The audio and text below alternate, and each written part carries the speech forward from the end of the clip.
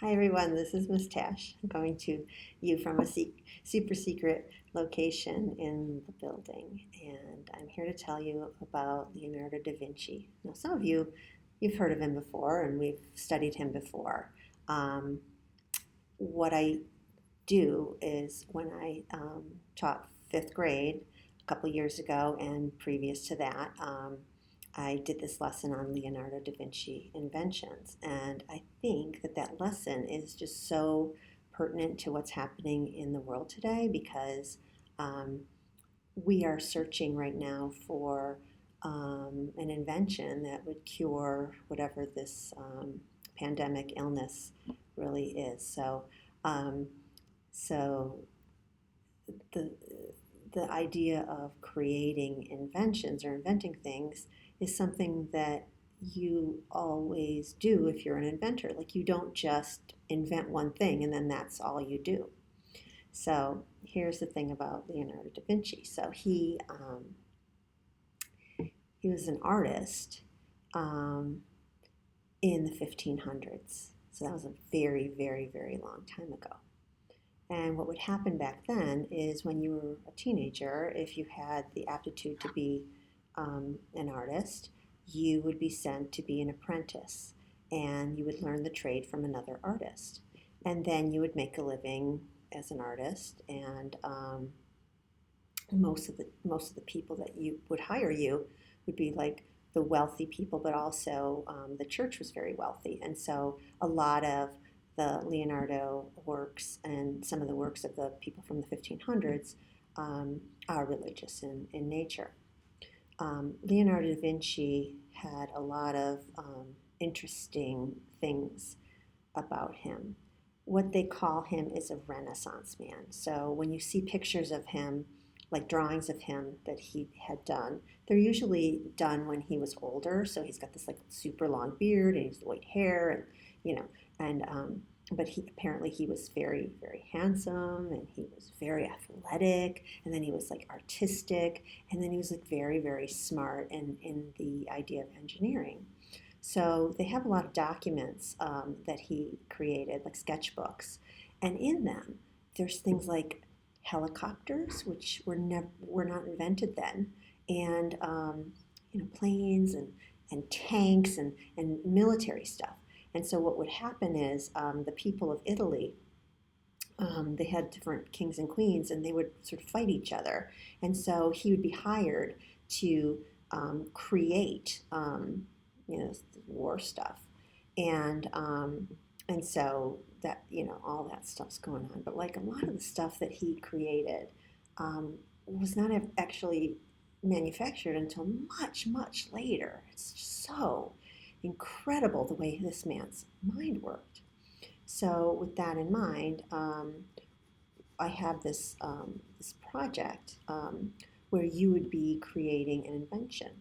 So here's what they say. They always say that like necessity is the what is it? What is that thing? This necessity is the mother of invention. Okay, so what that means is that like when we need something, then we think, oh, how can we make this better? Like when I during this time that I was home, I was always like finding these ads on Facebook, like for the better, cat hair remover thing, or a thing to get the photographs off your phone. And I started buying like all these new inventions. I thought they were like the coolest thing. But I have to tell you my story of how I invented something. So some of you already know the story. Okay, so a couple of years ago, a woman invented fidget spinners. So these fidget spinners were supposed to be for people who had like the ADHD and they needed something to calm them down. So that's how it was advertised. But then, like everyone in my fifth grade class had like two, and they were like spin, spin, spin, spin, spin, spin, spin, spin, spin, spin, and I'm like, what the heck's going on here with all these toys? And here's the funny thing about this. So instead of this woman making like a zillion dollars off of her design, she never patented the design because she didn't have enough money, and I think it's like $400 to do a patent. And so then all sorts of people were manufacturing this fidget spinner. So one day I was sitting at my desk and I was looking at all the people spinning the fidget spinners, and all of a sudden I had this like vision of a TV commercial where the teacher confiscates the fidget spinners and then sits at her desk and like puts her feet up and then like um, starts eating them. And really, they're made out of chocolate, you know. So then I was like, oh my God, I just invented chocolate covered fidget spinners. Like not chocolate covered fidget spinners, but just like chocolate fidget spinners. So I'm like, oh my God, I just made $1 million idea. I'm going to be rich. I'm like, oh my God, oh my God. So I started looking it up in the internet and I didn't see anybody like had made it or anything like that. So I'm like, oh my gosh, this is so exciting. I have this invention that I'm going to share with my students and I'm going to be rich and blah, blah, blah. So the next thing that I did was I went to a local candy company called Hercules. It's in East Syracuse near my house. And I talked to the owner and I said, oh, I have this like $1 million idea. Wait for it. Like chocolate fidget spinners. And then she said, well, it takes a very long time to create a mold to make something. So it's not like you can make it the next day. You have to create this stuff. So I was like, oh. So I thought, oh well, I guess that my dreams are dashed because I don't know how to do that. So then, like within a week or something like that, I used to go out to places where they had dance music, and there was this band, excuse me, called Letizia and the Z Band. So one of my friends was cousins with one of the people in the band, and it was the drummer, and so we talked to him, and he just in random conversation he just said, this is like a full-time job being in this band, but in reality I have a full-time job and I do technology at Syracuse University. It's like, oh, what kind of technology? And he's like, oh, I run the 3D printer. So I'm like, 3D printer? Oh, like, oh my gosh. So I told him my story. And then he said, I could manufacture you a fidget spinner mold. Just, I'll just do that for you. I'm like, okay. So then another couple months go by, and now it's like Christmas, and I still, he kept saying, oh, you can come anytime, but that was so vague, and I'm like, oh, I don't want to bother somebody because this is like I'm not paying for it and all that kind of stuff. So then, at Christmas, my friend and I were like exchanging gifts, and she had gone to John and got fidget spinner mold and gave it to me.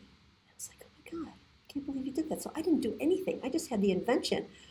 So what I'm saying to you is you don't have to know how to make it. You can just design it or draw a picture of it, and you will find other people who know how to help you. So then I went back to the Hercules candy lady, and she made 2 chocolate fidget spinners so I could have them for samples to share with my students. I was like, I can't believe it. So then 2 days later, I went back, and sure enough, I had the chocolate fidget spinners, and then it was just so cool because there was my invention. So then after that, I didn't really do anything with it. And then that summer, I went, and so now we're talking like a few months later, maybe a year later, I went on Amazon, and sure enough, they had fidget spinner molds, like the, silicone fidget spinner molds that you could make chocolate fidget spinners with. And I was like, oh my gosh. So somebody else had also thought of it, which is actually called a zeitgeist. That's a vocabulary word. So a zeitgeist is when people in 2 different parts of the world have the same idea at the same time, but they don't know each other. So, because necessity is the mother of invention. So how cool is that? So I don't have those chocolate fidget spinners to show you because I ate them. I thought she was going to give me enough for my whole class, but because it was free, she only made me 2. And and I thought, well, I can't keep them because they are food. So I ate them. So anyways, that's my story about the invention. we are going to give you a handout with some information on how you can start thinking about your invention. And then on a piece of paper, you're going to design it. And then we may or may not, but we have in the past created a booklet with everybody's invention in it. So the actual drawing of the invention would only be like pencil and then like Sharpie, thick and thin lines. And then it could end up being a coloring book. So be thinking about what's going on there and what you want to invent and how you want to save the world.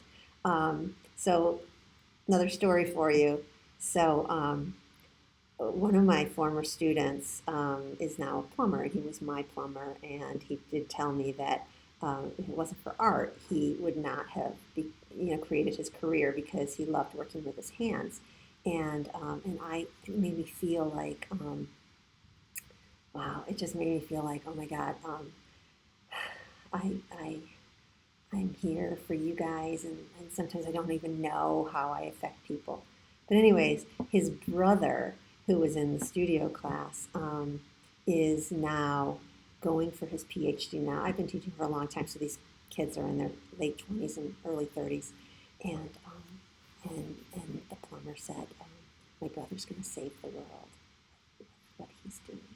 So I just love that about you kids. I just love it, love it, love it, that you have the power inside of you to do the coolest things. And I cannot wait to see what you invent. Thanks.